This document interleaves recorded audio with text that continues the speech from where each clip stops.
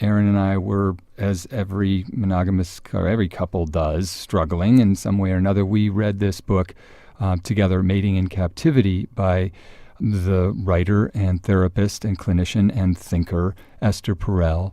And we were pretty astonished at the level of insight and really the way that it made us think anew about how difficult it is to maintain intimacy and deep connection in the context of a monogamous relationship. And of course, Cheryl, the extension of that is that into many relationships, as we know from our inbox, our email, infidelity, the temptation or the fact of it, plays out in all kinds of different configurations. And Esther Perel, not surprisingly, following up on that, has now turned her research and her work on that very question of what is infidelity, where does it come from, how do we define it, and what does it mean in the lives of those who are either the betrayed or the betrayer.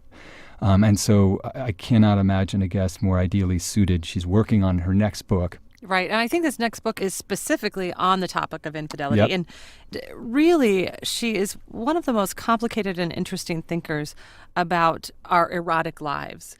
So, Steve, let's listen to our conversation with Esther. Yes.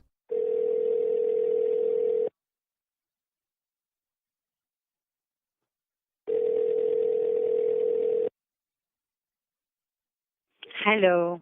Hello, Esther Perel. How are Hi. you? How are you? I'm good. So I'm Steve Almond, and I'm here in the studio with Cheryl Strayed, and we are so thankful and delighted that you have a few minutes to talk with us. You've done such great work for love and sex in the world. I'm trying. You try. I love it. So this episode, we're doing a series on infidelity. And the first week we dealt with the betrayed and the betrayers, but we really come to you to try to answer a few broader questions since you've studied so much and given so much thought to infidelity. And the first one is really quite basic. Since there's so many forms to which we ascribe the word infidelity, we wondered if you would provide what you think of as a useful definition of what infidelity is. So, look, the definition of infidelity keeps on expanding. Right. Or the definition of boundary crossing. And so we're all asking, is it a love affair? Is it paid sex? Is it a chat room? Is it, keeping your dating apps and your Tinder on once you've already been seeing someone? I mean, where do we draw the line? Is it porn? So for me, to be able to kind of come up with a definition that encompasses all of these elements, and I borrow some of that from a woman named Shirley Glass, who wrote early on about infidelity and is no longer with us. And then I kind of added my own twist to it. But the three essential elements is that the constitutive element of an affair is the secrecy. It is the secrecy that leads to the lying, to the deception, to the duplicity. So it is the structure of an affair. Mm.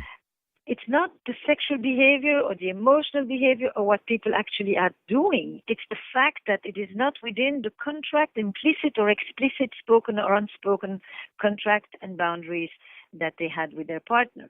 Mm. So that's the essential one. If the same behaviors in an agreed upon relationship have nothing to do with infidelity. Right. They have to do with sexual freedom. The second element has to do with the fact that there is an emotional involvement to one degree or another. Mm. I clearly say to one degree or another. There can be a very minimal involvement emotionally, and there can be a massive love affair. I do consider even going to prostitutes and seeing a hooker or an escort as having an emotional component, even if it's not an emotion necessarily in the relationship or in the connection. Connection is a strong word. In the contact, even if you're paying in order to absolve yourself of any emotional involvement. Right. That's the paradox. Right. Okay? And the third one, which is to me probably even more important than the second one, is that there is a sexual alchemy, an aura. That doesn't mean that you look at the sexual act. It means that you look at the sexualization of this interaction. That means that the kiss that you have never given is just as powerful as hours of actual lovemaking. It doesn't matter. The one that you're longing for, the one that you're imagining, the fact that you're having lustful lunches without touch, but everything about you is oozing. It's just very erotic. The erotic isn't just what happens between people's legs, but it is actually happening in the sanctuary of their erotic mind. Yes. Wow. And then you have included all the definitions. So it's these three elements intersecting with each other, always in different ways, but always present, that constitutes infidelity. Many of the people who write us for advice, they're so muddled. Like, should I feel betrayed? Have I betrayed?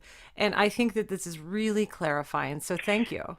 But, it doesn't mean that you are betrayed by it. That's the other thing, is that the degree of betrayal for some people, a one-night stand, it makes no difference to a 7-year love affair Right. on the betrayed side. So I don't think that the degree of betrayal is always commensurate with the egregiousness of the behavior.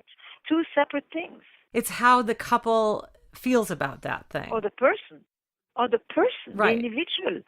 One woman's reaction to her husband's porn use may be no different, or one man whose wife just this morning, I get letters at this point, I see the world from the underbelly, and 28 years together, and at one night when they are having a wonderful intimate moment, she shares her whatever adventure she had years ago. Mm-hmm. And that's the end of the marriage. He's furious. Right. He destroyed her. Right. Does the rest of life not stand the test of time and of resilience and of connection and of intimacy? And, it has not much to do with the couple. It has to do with this man. And why this revelation shattered his entire worldview. And for some people that is obvious, and they would say, how would it not? Right. And for other people, this would be like, I'm glad you're telling me. I hope you had a good time. Tell me more. And I'm glad you stayed with me anyway, and that you didn't go off with that person. Or I'm happy that you trust me, that you can tell me now. What's it been like for you to live with that secret? Or, you know what? I wish you had never told me. This is yours. And I don't really want to know more about it. So let's put this aside. Yeah, 10 other responses here. Right. And we too, as you might know, get lots of letters. That's what Right. we're in the business of. And one of the letters that we received was from a woman who engaged in what was just an emotional affair with a little sexting mixed in. And she did it once, and then she came back together with her husband, admitted to it, and they reconciled, and it all seemed to be well. And then she did it again, and he was utterly ruined by it. And it leads to this question that we've been throwing back and forth for a while, which is, why do people commit infidelities of whatever sort, by whatever definition, the contract that they have together? What are the impulses that people have? And this woman especially, who was saying quite earnestly, I want this life, I want this man, I want to build a life together. Because it has nothing to do with it, necessarily. Sometimes it does. Sometimes people mind the motives of their infidelities, in the disappointments of their relationship. Yeah. But come on, the power of transgression is the archetypal foundational story of the Bible. Yes. Because we transgress, because we want to break our own code, sometimes of morality, sometimes of ethics, sometimes of the power structure, sometimes of the institution of marriage, because there is freedom in transgression. And there is power in transgression. And to look at infidelity from the point of view of sex is a complete narrowing of the phenomenon. There is a reason this commandment is repeated twice in the Bible. Once for doing it and once just for thinking about it. Right. Because our ancestors understood that there is more than just coveting thy neighbor's wife. At stake is the institution of marriage that needed to be protected. Mm-hmm. It had nothing to do with sex. It had to do with preserving power structures. And an institution like marriage is a power structure. And we have always created structures and broken structures. We have made rules and bifurcated rules. It is essential to the human spirit. But for this woman in particular, who has one set of values or feelings that says, I want desperately to be in this marriage, I want to live with this man for the rest of my life and have our family. And to be monogamous and with to him. be monogamous with him. Yes. What is... And I'm also playing around. Yes. So, look, I believe that the vast majority of people who are unfaithful are monogamous in their beliefs. The ones who are not monogamous in their beliefs either live in poly relationships or consensual non-monogamous relationships, or they have divorced. Right. If it's very, very bad, then people don't stay married these days in the West. Right. So if they're married and they want their family, but they want something else, they want something else that they don't have in their life, or that isn't part of the life that they created for themselves, or simply that isn't who they are in the context of their family. The vast majority of unfaithful people are experiencing a conflict between their values and their behavior. Okay? They don't necessarily feel great about what they're doing, meaning differently. They feel fantastic about what they're doing in terms of what it's doing for themselves. Yeah. And at the same time, they can feel deeply guilty and ashamed about what it represents about who they are and how it will be hurting the people that they love equally. And it is that mess that is the mess of infidelity. It's not an either or. This idea that one would ask, how can you say you love your husband and you want to stay married and also have an affair?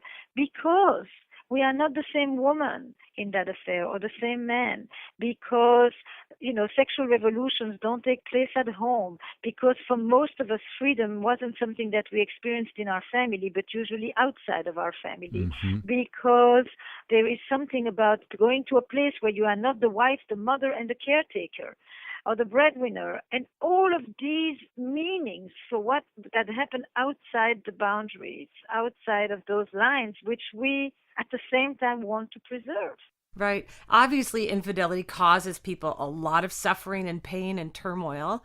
Is there a way that we can, what are you trying to do in your work in terms of enlightening people who strive for monogamy, even though they don't necessarily maintain it, succeed at it?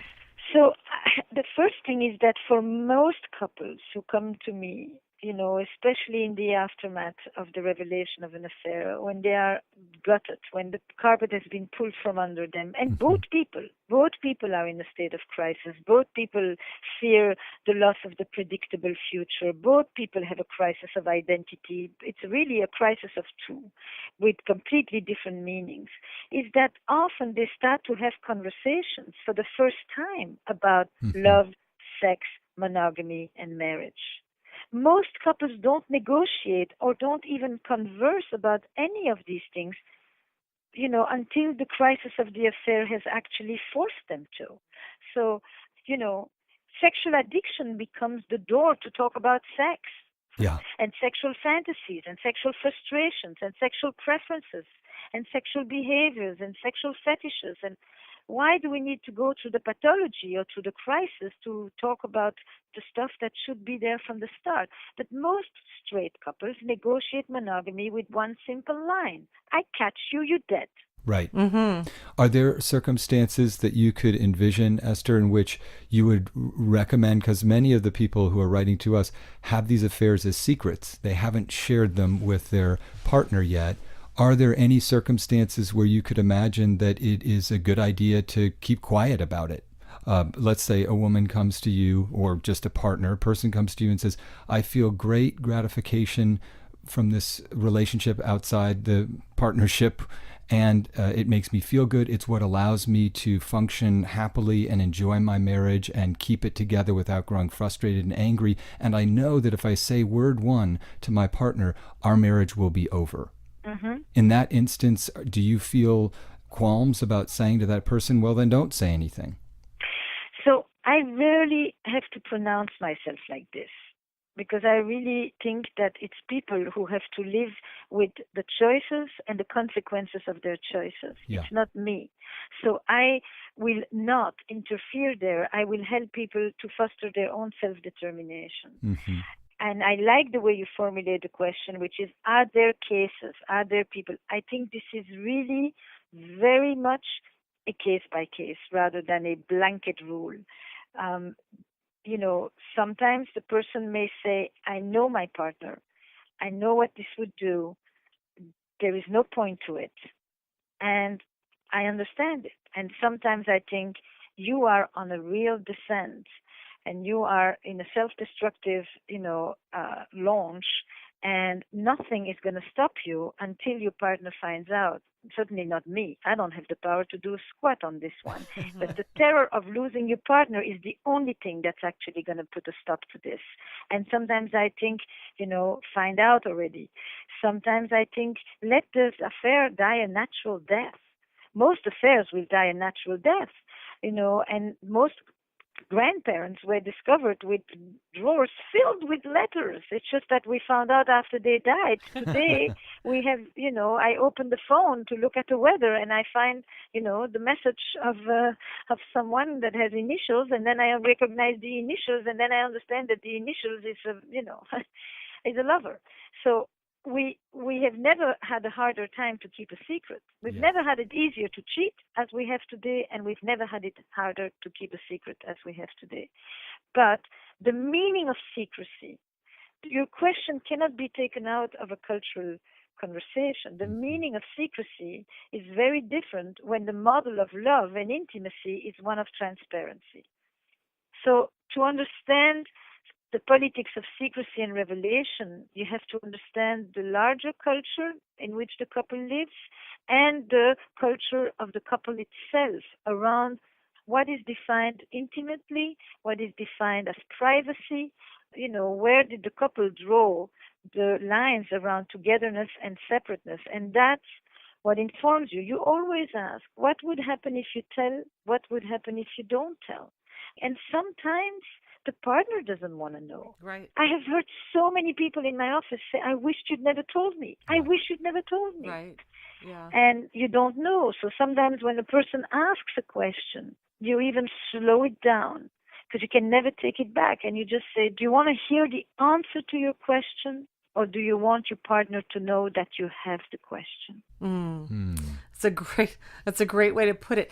As you noted, we do tend to, at least in this culture, aspire to a kind of a deeper intimacy, more companionable relationships. And I'm wondering what special challenges are brought about by what I think many see as sort of an advancement in intimacy. What challenges are brought about when it comes to sex and monogamy and fidelity and infidelity? I think that we, at this point, are living one of the greatest experiments of the humankind to try to create what has forever throughout history been considered a contradiction in terms called a passionate marriage. Passion has always existed, but it took place somewhere else. And we want everything that we wanted from traditional marriage, companionship and family life and children and economic support. And we want a best friend, and we want a passionate lover, and we want a trusted confidant, and we want an intellectual equal. And we are asking so many things from one person. Basically, I've often said that line, that we are asking one person to give us what once an entire village used to provide. And the couples are crumbling under the weight of so much expectations. That's the biggest challenge. And we don't have sex because it's a woman's marital duty, in some circles at least. Right. We have sex because we feel like it. Sex that is rooted in desire, connection, and pleasure. Are you saying this is impossible, Esther, or are you saying... I say that very few people do it, yes. There are very, very few people who achieve this marital bliss. Absolutely. And I think that a lot more people are miserable from it because that is the Kool-Aid that they drank, and that they think that they are deficient if they have not been able to accomplish this nirvana. Now, that might sound to our listeners in first blush like a very pessimistic statement, but I actually think it will be very comforting. Oh, I mean, I'm married 30 years, let's be clear. Right. This is not a statement to the disillusionment of marriage. Not I at think all. that this is a statement to the appeal of realism and of understanding that the marriage isn't meant to make you happy. The marriage is there so that it gives you a life in which you can find happiness. Yeah, I think many people in long-term monogamous relationships, and many of our letter writers certainly, are absolutely crushed by the expectation that a partner is going to provide everything that you're talking about, and uncertain as to why they feel dissatisfied when they have 4 out of the 10 boxes checked. But I wonder about this. I was talking with a friend of mine, and she said that what she does sometimes is she goes out and she'll go out dancing or to a bar, and she's happily married, but that she wants to kind of go out into the world and gather a certain kind of sexual energy and flirtation and be awakened in that way, and that's okay with her husband. Do you recommend to your clients and just in general that one way that we can help try to deal with this impossible set of expectations is for couples to talk more explicitly about what their contract is and what might be allowed that can help them find passion and a sense of sort of rejuvenation outside of the marriage in ways that are acceptable? Yes. Yes, but I would say it's a continuum. Look, the question always is, how do I turn myself on? Not how do you turn me on? How do I awaken my desire? How do I connect to my own erotic self, my sense of aliveness, of vibrancy, of vitality, in that sense, erotic self? And for women, philogenea, the love of the woman, is absolutely essential. If she is not feeling sexual with herself, she will not respond to any sexual advances that will come from any partner, male or female. That's absolutely clear. You know, in straight couples, you will often find a man who will say, nothing turns me on more than to see my partner turned on. Right. Mm-hmm. You rarely hear a woman say that. That is not what turns her on. What turns her on is to be the turn on. That's right. Okay? So when this woman goes dancing, what she's experiencing is a reconnection with her own erotic self.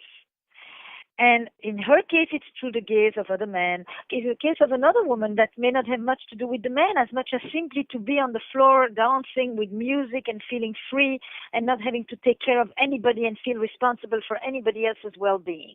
For another person, it's about going on a hike for 4 days by herself and just reconnecting with nature and with strength and with endurance and with beauty and all of that. Instead of being specific about the dance floor and the other men and the lamps and the darkness and the music, the framework has to be, how do people stay connected with their own sense of aliveness, with their own erotic pulse? For somebody else, it's about playing music. So the manifestation of it is less important. Now, of course, some people have an easier time with their partner playing the piano than with their partner going to a club to dance. That depends on the couple. That depends on how couples negotiate not just boundaries, but also the erotic space of the other. Some couples understand very well that within you there is a whole sexual life that isn't just the one that you share with me. That is one element of your sexual life or your sexuality. The rest may be in your mind, in your memories, in your reading of romance, in the 35 million women who read 50 Shades, you know. Is there a difference between the woman who is spending her evenings reading the 3 volumes of 50 Shades and the woman who goes on the dance floor to reconnect with her sense of playfulness and even naughtiness or flirtatiousness? Is there? And that is a question that I don't answer for people, but it's a question that I help people answer for themselves. Is it too personal to ask, since you seem to recognize and have thought and I think done a lot of study around the issue of how it is we came to this place historically and culturally where we put so much of an expectation on an institution that was previously economic and about duty and family, and suddenly it's supposed to be passionate, the idea of this passionate marriage. Can you talk a little bit about in your own life what you've done or avoided doing to try to deal with that quandary and feel passionate within the context of your marriage? Or is that too personal? I can give you one glimpse. I think that as a teenager growing up in Europe, I certainly embraced the romantic ideal. I mean, who doesn't? It's not just the fairy tale stories that you read as a 5-year-old. It's the movies you watch. It's the novels you read. The romantic ideal is powerful, powerful. And I recommend it to myself on some level, and I recommend to my patients that before you leave your partner, sometimes you may want to divorce your belief system. You know, because sometimes I think that the divorced people are the true romantics. One thinks of them as the disillusioned and the ones, but in fact they are the true romantics. They believe in the model. They just think they chose the wrong person, and next time I'll do better. So sometimes I think that for me, I chose to divorce my belief system rather than my husband. Right. That there's going to be this one person, and you will never feel alone again, and you will never feel anxious again, and you will never feel abandoned again. You will never have a negative experience again, because there is someone right there next to you, Right. who is going to make you feel like you are the most important person all along. So that is, to me, the beginning, is to understand that a good relationship is a village in which people share parts of themselves with various people. And that doesn't mean sexual parts. That just means that there are numerous people that reflect back on you, your sense of self-worth, your value, how much you mean to them in their life. That you don't just exist for one person, and just not one person that is meant to make you feel like you matter. There's a community that makes you feel that you matter. And so if you can't talk with your husband about certain things, talk with your girlfriend, talk with your male friends. That's the biggest piece, is to give up the model that one person will be there for everything. Right. You have to surrender your fantasy about that romantic ideal. And then I will say that once you give up this ideal, then the next part is, now you begin to really accept the person you're with. And the person you're with is not going to give you everything. And the person you're with is going to leave you frustrated on certain things. And more importantly than any other one, the person you're with isn't always going to know what you want and what you feel without you even having to say it. Right. Because they're so close to you that they're inside of you, and you and them are one. Right. And the person you're with might have sexual desire for somebody else now and then, and probably will. Inevitably. Yes, and you too. Yeah. And you too, And me acknowledged too. or not acknowledged, acted on or not acted on, openly or secretly. There's all these categories. One question that comes up over and over again in the letters we see is, if you have been found out, your infidelity has been found out, and it's not acceptable to the partner, and we just read a letter from a woman who's utterly bereft, and the question a lot of these letter writers are asking is, how can I repair the marriage? How can I get the marriage back after this betrayal? What should I do? I'm sure you face this question all the time. It might not even be the right question, but what do you say to somebody who says, I am desperate to heal this marriage? Or how can I trust again this marriage that might be broken? From the other side, right. It's very interesting. I just was supervising this whole day. So I've been teaching now for 6 hours today, pretty much only on cases like this. Now when a person says, I want to mend, I want to heal, I want to trust again, there's a lot of things that one says. It's a whole book, this, that I'm writing on that. And it starts with, tell me what happened. What kind of a betrayal has it been for you? Where did it touch you? Where exactly? What is it about this betrayal? Today we had a case where the man has been cheating multiple times, but it's only because the housekeeper found him in the bed with the other woman that the whole crisis was unleashed. The kids know of everything. This is 30-something years together. Why now? Why this one? Because the housekeeper found it? Because there is a public humiliation about it? And what is it that made this one worse than all the others? That's in the case of repeated things, right? Mm-hmm. And then, what is it that you need? Do you need acknowledgement? Do you need first and foremost to know that the other person feels bad for having hurt you? That they really experience deep remorse and regret and guilt for having hurt you? Sometimes the person feels so entitled to have their affair. They feel that they deserved it. They feel that it was finally justice come true, that they actually don't feel guilty. They don't. They've been rejected for 15 years sexually, and they feel entitled to it. Mm-hmm. This is a complicated mess. So then you say, your partner doesn't seem to feel so bad about it, and then you instantly have to be careful that the person not say, oh, but then you're blaming the victim. And then you say, no, you may be the victim of the affair, but you may not be the victim of your marriage. What is it that you feel responsible to in the relationship? You want to know that it will never happen again? I don't think you should ask for it like that, because you're setting yourself up maybe. Is that a fair question in the context of what you know between the two of you? To just make the person promise they never will do it again, or see the other person again, or contact them again. is that going to give you a sense of peace and trust? Or is peace coming when you know that the relationship is good and strong and that both people want to be there and that it's not going to happen? Because when I'm going to want to do it, your image is going to appear in front of my eyes and I'm going to say, I'm not going to do it. It's not worth it. I would love to, but it's too hurtful. We did so much to come through this. I'm not going to act on this. And that then becomes what stops it, is the renewed connection, the renewed sense of devotion, of loyalty that is in the couple.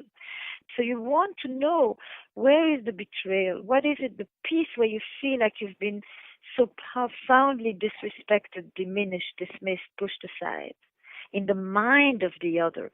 Yeah, in a love relationship, we hold the other person in our mind, in our heart, inside of us. We hold them. We make space for them. How was it that you could kind of evict me like that from your inner being? And I say so many things about what is the hurt, about where is the pain, about is there humiliation, about is there vengeance, is there jealousy, is there envy? We never talk about how many people wanted to do it too, but they didn't give themselves the permission to. They had an ethics code. They had their own reasons why they didn't do it. And so it's like, I want that too. Why did you allow yourself? And I did not. I would never have, you see, but there is a kind of a strange envy about it. Yeah. Really, which has a few things I would say. There isn't one kind of infidelity. There isn't one kind of response to infidelity. And none of my attempts to try to understand it and to catalog it ever comes close to condoning it. It's not because one is not condemning it that one is condoning it. Right. And it's not understanding doesn't mean justifying. But I am committed to understanding, because if you ask an audience, like I did this weekend, of 600 people, how many of you have been affected by infidelity? Almost 85% of the room will raise their hand. Sure. Yeah, right. So this experience affects us so deeply, as a child, as a friend, as a sibling, as the lover in the triangle, you name it, that to think that you can just say, I say this, I say this to these people in that situation. Right. Right. And I say something very different in a completely different story. That's why it's such a difficult subject to wrap your head around, because there isn't one set of prescriptions that fits all. And one of the most important things about this is that what it meant for him and what it did to her are so completely different. Yeah. It's one of the most unique experiences where two people have utterly differentiated experiences of what just happened. Of the same event. No, really. The same event, and that will not reconcile. Esther, you have done such wonderful, insightful work on this subject. And I just want to thank you for being on Dear Sugar Radio. I just feel personally enlightened by it. And I know our listeners are going to as well. Yeah. Thank you so much, Esther. You're welcome. Bye-bye. Bye. Oh my God. Oh my God. How do I turn? Wait a second now. No, Hold on. No, me. I love her more. It's like when she said, how do I turn myself on? The question is, how do I turn myself on? And I just wrote down, talk to Esther Perel. She's amazing. Yeah. I think that Esther Perel is the voice we need right now on this subject. All of these people whose letters we've answered, and we've got one more coming up on this show today. I hope that those letter writers and the listeners who identify with them take some heart in just knowing, like, this is hard. Yeah. When we began talking about infidelity, I began with this story of Brian's having a one-night stand with another woman. Right. And, I think that for me early on, when I say I'm grateful that thing happened early on, even though it was painful, Esther articulated what I meant by that, which is it forced me to let fall the notion that my relationship with him was going to fit into some sort of cultural ideal of this is what it means to love someone. There's nothing like the violation of that romantic ideal to disabuse you of your kind of impossible idealized version of what love is supposed to be. It might be a good thing to let some of the air out of that fantasy, before you enter into the long term. Well, we're just about to hear our last letter. As much as we could continue to talk about Esther Perel, I want to read you one more letter that's our last letter and certainly qualifies as a betrayer. If I fall short, if I don't make the grade. Last Seen, a new podcast from WBUR and the Boston Globe, investigates the largest unsolved art heist in history. So about the time that he begins putting the duct tape on, he says, "This is a robbery." The theft of $500 million worth of art from the Isabella Stewart Gardner Museum in Boston. When the FBI says, "We solved it, we know who did it," it's like, no, you don't, because you don't have the paintings. Subscribe and listen to Last Seen now on Apple Podcasts or wherever you get your podcasts. Sponsored by Samuel Adams and ADT Smart Home. I'm Michelle Goldberg. I'm Ross Douthat. And I'm David Leonhardt. We're the hosts of The Argument, a new podcast from the New York Times opinion section. These days, it's more important than ever to listen to people who disagree with you. Maybe they'll teach you something new, or maybe they'll just teach you how to beat them. So listen to The Argument from the New York Times. Subscribe on Apple Podcasts or wherever you like to listen.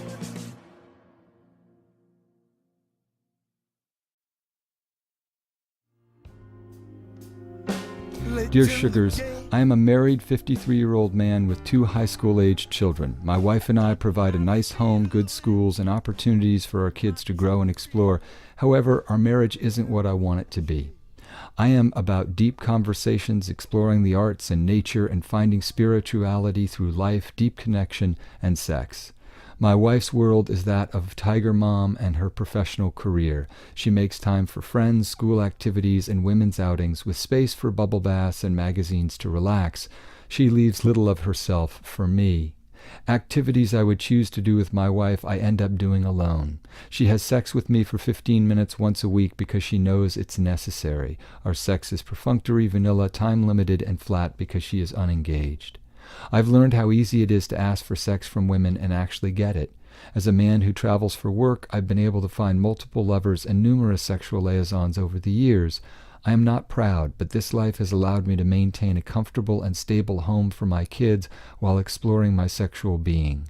Keeping my soul alive in this way has allowed me to maintain some semblance of masculine energy where it might otherwise have dwindled away, leaving me an emasculated shell. With all my heart, I wish to turn this around and have a happy, passionate, engaged, monogamous marriage. The obvious suggestion is to talk to my wife, but she avoids all discussions about the relationship. She simply tunes me out, finds things to blame me for to distract the conversation, or leaves the room. At 53, I am fit and have great sexual energy, though I am sensing my stamina is not what it was decades past, and I fear that the kind of connection I seek will become harder as years pass.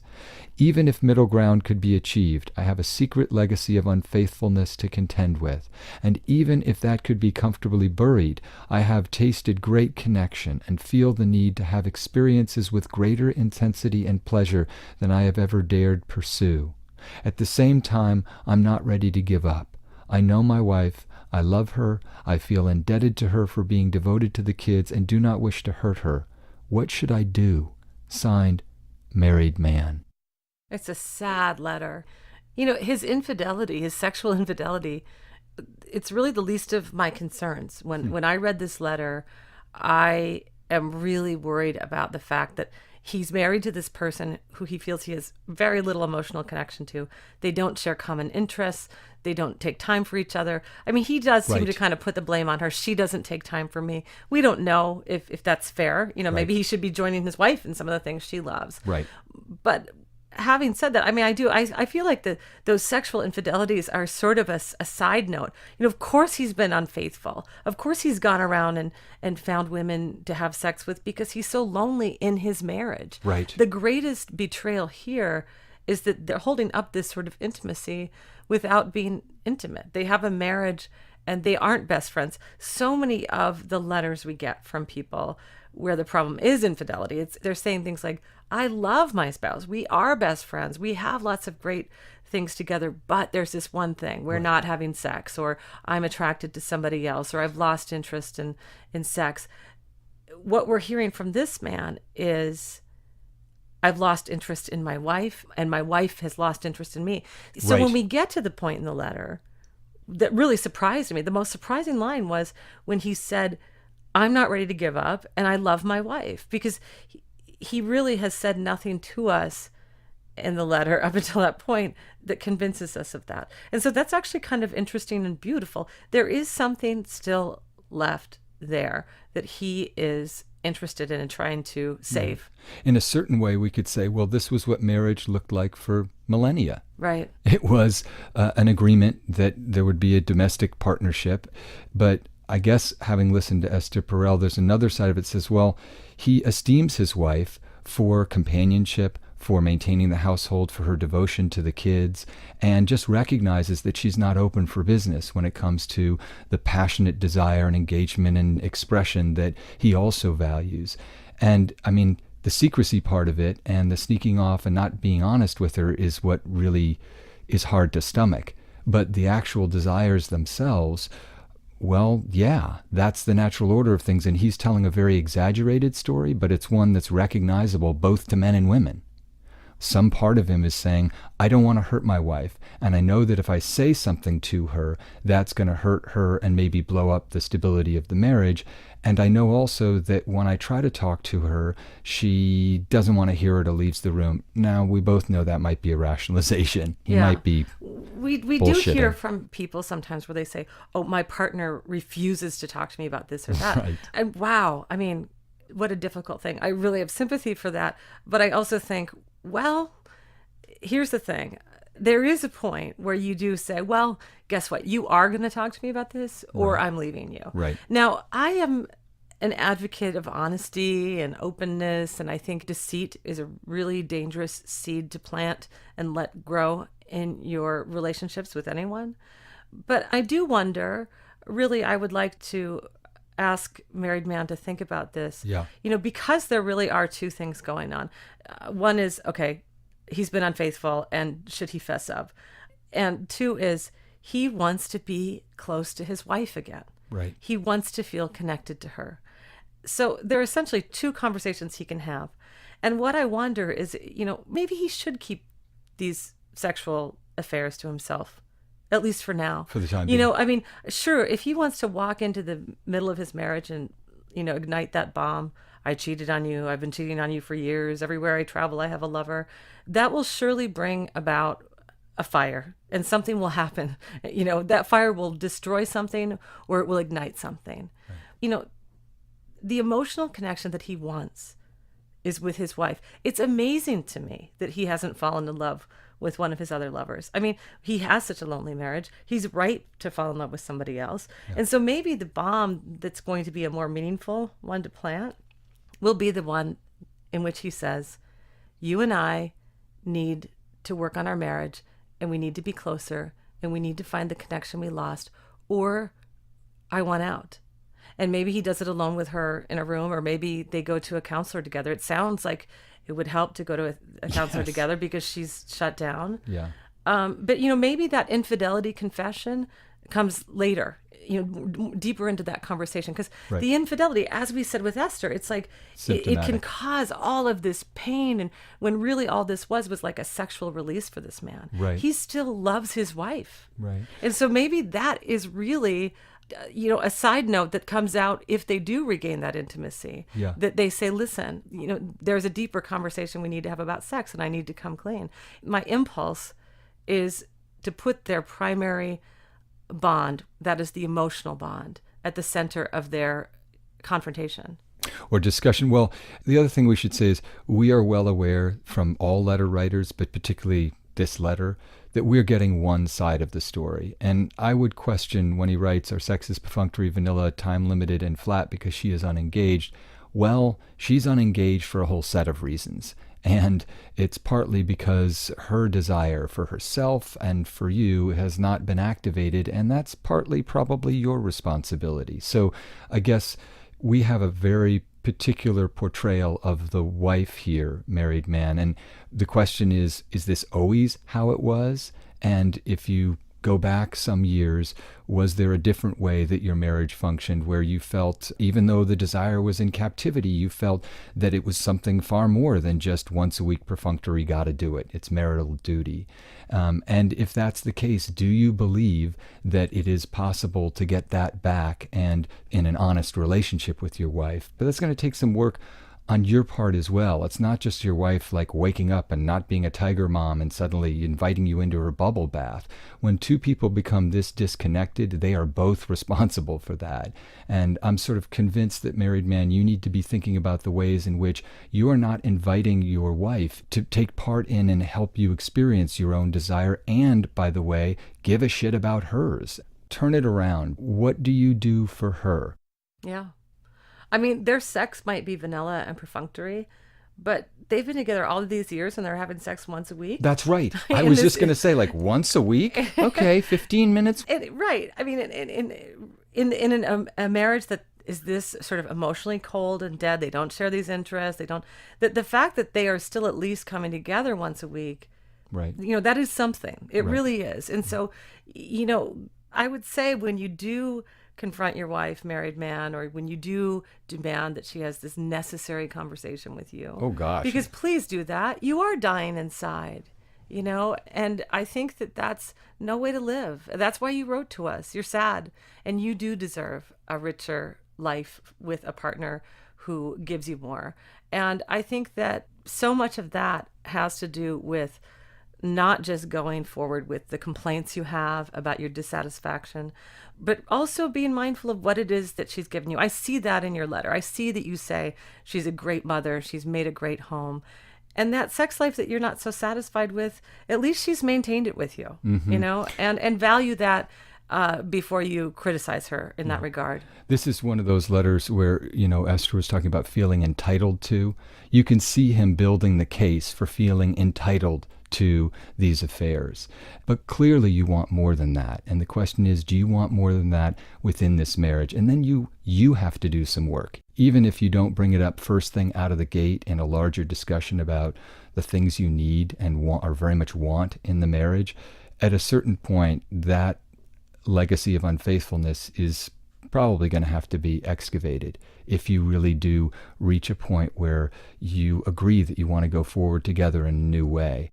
I don't think I agree with you, Steve. And I don't know that I'm disagreeing specifically in married man's case, but I will say that I was nodding my head when Esther was saying to us that not everyone wants to know everything their partner did.